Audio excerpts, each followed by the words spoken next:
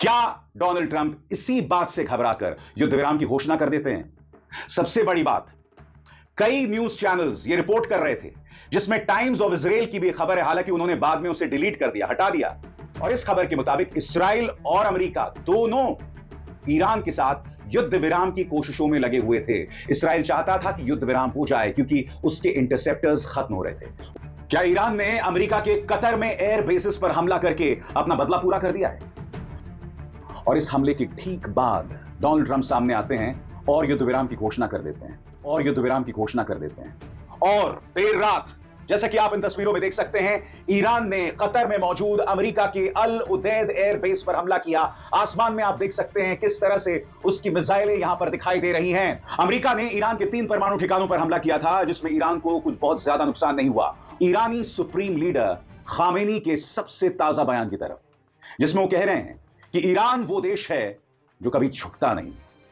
तो एक बार फिर उस नजारे को देखते हैं दोस्तों, जब कतर के आसमान पर ईरानी मिसाइल धर्रा रही थी दोस्तों, और अमेरिका के अल उदैद एयरबेस पर हमला किया गया। इत्तेफाकन डोनाल्ड ट्रंप ये कह रहे हैं कि हम ईरान का शुक्रिया अदा करना चाहते हैं कि उन्होंने इस प्रहार से पहले हमें बता दिया और हमने अपने तमाम सैनिकों को वहां से हटा दिया। मगर इससे पहले उन्होंने घोषणा युद्ध विराम की कर दी थी। इस हमले के ठीक बाद डोनाल्ड ट्रंप जो है वो ये ऐलान करते हैं, जिसमें वो ईरान और इसराइल में युद्ध विराम की घोषणा कर देते हैं। इससे पहले कि मैं पढ़ूं आपके सामने उन्होंने क्या कहा, कभी कभी मुझे लगता है कि डोनाल्ड ट्रंप एक सुलझे हुए, एक परिपक्व यानी मैच्योर आदमी नहीं है। वो एक मैन चाइल्ड है जो कभी हमला कर देता है, कभी कहता है कि मैं ईरान को नेस्तनाबूद कर दूंगा, कभी कहता है कि मैं उसे दुनिया के नक्शे से हटा दूंगा, और फिर वो इस तरह से युद्ध विराम की घोषणा कर देते हैं। यह अमेरिका का दुर्भाग्य है दोस्तों कि डोनाल्ड ट्रंप जैसा शख्स उनका राष्ट्रपति है। बहरहाल मैं आपको बतलाना चाहता हूं कि उन्होंने क्या ऐलान किया है, और हां, मैं आपको बताऊंगा कि क्या कह रहे हैं ईरानी विदेश मंत्री। उनके शब्दों में, इस वक्त हम युद्ध विराम पर एतबार नहीं कर रहे हैं, हम इसराइल की तरफ से देखेंगे, अगर इसराइल बाज आएगा तब जाकर हम युद्ध विराम की घोषणा करेंगे। सभी को बधाई, इसराइल और ईरान के बीच पूरी तरह सहमति बन गई है और अब एक पूरी और अंतिम सीज फायर लागू होगी लगभग 6 घंटे से, जब इसराइल और ईरान अपने जारी अंतिम मिशन पूरे कर लेंगे। आधिकारिक रूप से ईरान पहले सीज फायर शुरू करेगा, फिर 12वें घंटे पर इसराइल भी सीज फायर शुरू करेगा। 24वें घंटे पर इस 12 दिन के युद्ध का आधिकारिक अंत होगा। मगर बड़ा प्रश्न दोस्तों, क्या डोनाल्ड ट्रंप ने इस बात की घोषणा इसलिए की क्योंकि ईरान लगातार उसके बेसिस पर हमले करने की ठान चुका था? हालांकि अल उदैद एयरबेस पर जो हमला हुआ उसे मैं काफी हद तक एक फिक्स्ड मैच मानूंगा, क्योंकि अल उदैद एयरबेस है कहां? कतर और ईरान के रिश्ते कैसे हैं? सौहार्दपूर्ण, दोस्ती वाले। यानी कि ईरान यह संदेश देना चाहता था कि क्योंकि तुमने हमारे परमाणु ठिकानों पर हमला किया, हमें ज्यादा नुकसान नहीं हुआ, कोई जान माल का नुकसान नहीं हुआ, लिहाजा हम भी अपनी जनता को बताने के लिए तुम्हारे सैनिक बेस पर हमला करेंगे। और इस हमले के बाद डोनाल्ड ट्रंप ने क्या कहा, इस पर भी गौर किया जाए, क्योंकि इससे बहुत कुछ पता चलता है दोस्तों। The man child president mister Donald Trump, एक ऐसा आदमी जो जिस्म कहने को वयस्क बुजुर्ग का है, मगर अंदर एक इमेच्योर, एक ऐसा आदमी जिसमें समझदारी की सख्त कमी है। सोशल मीडिया पर लिखा, मुझे बताते हुए खुशी हो रही है कि किसी भी अमेरिकी को कोई नुकसान नहीं हुआ है और जमीन पर भी बहुत मामूली नुकसान हुआ है। मैं ईरान को शुक्रिया अदा कहना चाहता हूं कि उन्होंने पहले से हमें अलर्ट कर दिया था, जिसकी वजह से किसी की जान नहीं गई और कोई घायल नहीं हुआ। शायद अब ईरान शांति और मेलजोल की तरफ बढ़ सकता है और मैं इसराइल को भी पूरे जोश से ऐसा ही करने के लिए प्रोत्साहित करूंगा। मगर बहुत जरूरी हो जाता है कि हम इस मुद्दे पर जानें ईरान क्या सोच रहा है। ईरान की निगाह इसराइल पर है और ईरान कह रहा है कि हम इस युद्ध विराम को इस वक्त नहीं मान रहे हैं। क्यों? क्योंकि हम देखना चाहेंगे कि इसराइल किस तरह का रवैया अपनाता है। आपको याद होगा दोस्तों, ऑपरेशन सिंदूर जब हुआ था, युद्ध विराम की घोषणा कर दी गई थी, मगर आपको याद होगा उसी रात पाकिस्तान ने कश्मीर पर हमले किए थे, श्रीनगर पर हमले किए थे। कहीं ना कहीं ईरान भी पाकिस्तान जैसा है, इन दोनों में कोई फर्क नहीं है। और इसके लिए मैं आपका ध्यान खींचना चाहूंगा, क्या कह रहे हैं ईरानी विदेश मंत्री अराक्ची। आपके ईरान के विदेश मंत्री अब्बास अराक्ची का कहना है कि सीज फायर को लेकर कोई औपचारिक समझौता नहीं हुआ है, लेकिन अगर इसराइल अपने गैर कानूनी कार्रवाइयां सुबह 4 बजे तक रोक देता है तो तेहरान भी हमले रोक देगा। यह बयान तब आया है जब अमेरिकी राष्ट्रपति डोनाल्ड ट्रंप ने दावा किया कि इसराइल और ईरान के बीच 12 दिन की जंग खत्म करने के लिए सीज फायर पर सहमति बन गई है। और हुआ भी वही, जैसा कि आप इस मानचित्र में देख रहे हैं।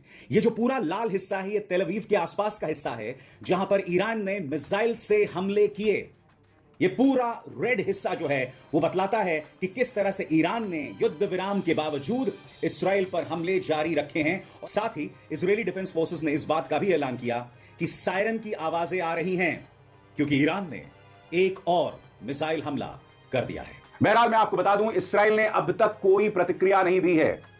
इसीलिए अराक्ची कह रहे हैं कि पहले हम देखना चाहेंगे कि इसराइल क्या करेगा, उसके बाद ही हम कोई कदम उठाएंगे।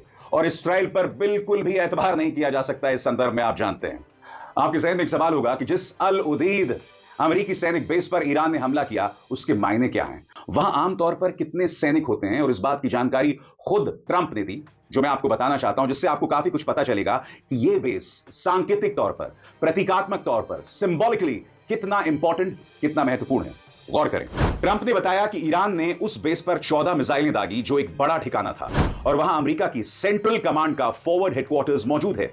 यह बेस ईरान और अफगानिस्तान की जंग के दौरान अमेरिका का एक अहम ऑपरेशन पॉइंट था। फिलहाल वहां करीब 8,000 अमेरिकी सैनिक तैनात हैं, जो पहले जंग के वक्त करीब 10,000 हुआ करते थे। ट्रंप ने कहा ईरान की 13 मिसाइलों को अमेरिका की एयर डिफेंस सिस्टम ने मार गिराया, और एक मिसाइल को जानबूझकर नहीं रोका गया क्योंकि वो एक ऐसी दिशा में जा रही थी जहां किसी को कोई खतरा नहीं था। यह बेस क्यों इंपॉर्टेंट है, इस पर भी गौर किया जाए। कतर की राजधानी दोहा के करीब मौजूद अल उदैद एयरबेस मध्य पूर्व में अमेरिकी सेंट्रल कमांड के एयर ऑपरेशंस का मुख्यालय है। इसमें करीब 8,000 अमेरिकी सैनिक मौजूद होते हैं। इस एयरबेस के जरिए ब्रिटेन के सैनिकों का भी रोटेशन होता है। मौजूदा समय में यह एयरबेस इराक में अमेरिकी अभियानों के लिए हेडक्वार्टर का काम करती है, और यह इलाके में अमेरिकी साजो सामान का केंद्र भी है। इस एयरबेस में खाड़ी के क्षेत्र की सबसे लंबी एयर लैंडिंग स्ट्रिप भी है। कतर ने अमेरिका को साल 2000 में यह एयरबेस दी थी। यह है इसके मायने, और इसीलिए ईरान ने इस पर हमला किया था, जहां पर बहुत ज्यादा नुकसान नहीं हुआ है। क्या डोनाल्ड ट्रंप इसी बात से घबराकर युद्ध विराम की घोषणा कर देते हैं? दोस्तों, अमेरिका ने जिस तरह से ईरानी न्यूक्लियर बेसिस पर हमला किया ना, उससे परमाणु अप्रसार को लेकर करारा झटका लगा है। सबसे पहले इस खबर पर गौर कीजिए। जैसे ही अमेरिका हमला करता है, IAEA से जो बातचीत हो रही थी ईरान की, उसे ईरान रद्द कर देता है, और यह अपने आप में बहुत बड़ा झटका है। इसकी जिम्मेदारी सिर्फ और सिर्फ एक शख्स के कंधों पर, जिसका नाम है डोनाल्ड ट्रंप, जिसने 12 दिनों बाद युद्ध विराम की घोषणा कर दी। मगर नुकसान हुआ है परमाणु अप्रसार को लेकर, क्योंकि IAEA से ईरान की बातचीत खत्म हो गई है। सबसे बड़ी बात, कई न्यूज चैनल्स ये रिपोर्ट कर रहे थे, जिसमें टाइम्स ऑफ इजराइल की भी खबर है, हालांकि उन्होंने बाद में उसे डिलीट कर दिया, हटा दिया।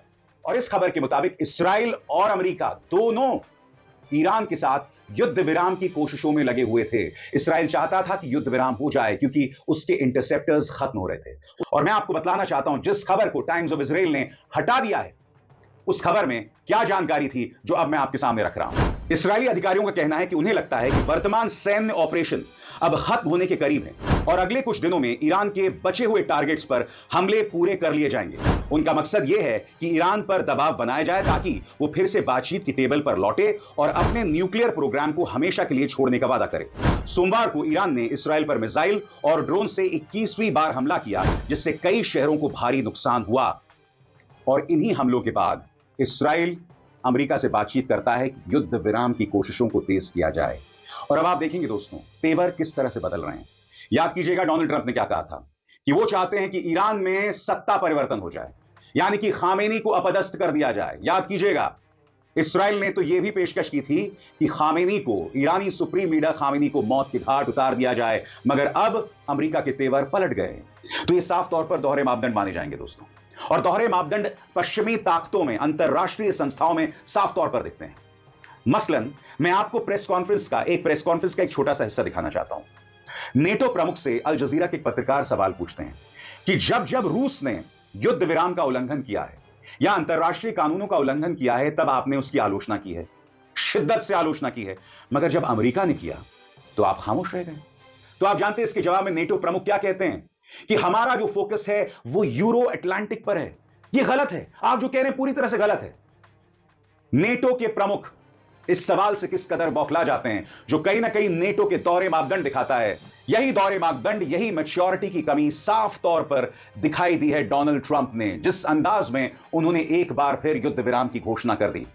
मगर मैं बताना चाहता हूं दोस्तों, यह फाइनल नहीं है, और इस मंच पर इस पूरे घटनाक्रम की जानकारी मैं शिद्दत से आप तक पहुंचाता रहूंगा, यह मेरा वादा है। अभिसार शर्मा को दीजिए इजाजत। नमस्कार।